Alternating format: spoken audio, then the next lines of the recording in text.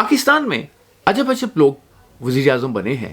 ایک ایسے صاحب بھی وزیر اعظم بنے جن کا شناختی کارڈ وزیر اعظم بننے کے تھوڑا سا پہلے یا تھوڑا سا بعد میں بنا. لوگوں نے شکایت کرنی شروع کر دی کہ یہ وزیر اعظم جو ہیں یہ پاکستانی نہیں ہیں.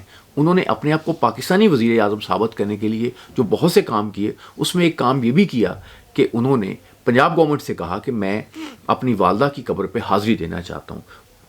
ان کی والدہ کی قبر میانی صاحب میں تھی. اب پرابلم یہ پڑا کہ انہوں نے لوگوں سے پوچھا، پنجاب گورنمنٹ والوں نے ان کے عزیز و اقارب سے پوچھا، دوستوں سے پوچھا، کسی کو پتہ نہیں تھا کہ والدہ کی قبر کہاں ہے، کیونکہ کوئی حاضری دینے تو وہاں گیا نہیں تھا.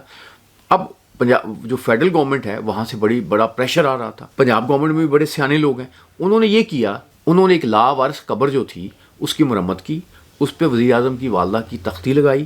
وزیر اعظم صاحب تشریف لائے، انہوں نے وہاں پھولوں کی چادر چڑھائی، فاتحہ پڑھی.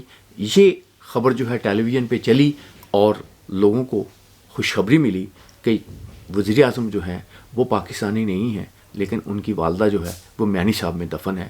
یوں کچھ لوگ اسے پی آر کا سٹنٹ کہتے ہیں، کچھ اسے وزیر اعظم کی اپنی ماں سے محبت کی علامت کہتے ہیں.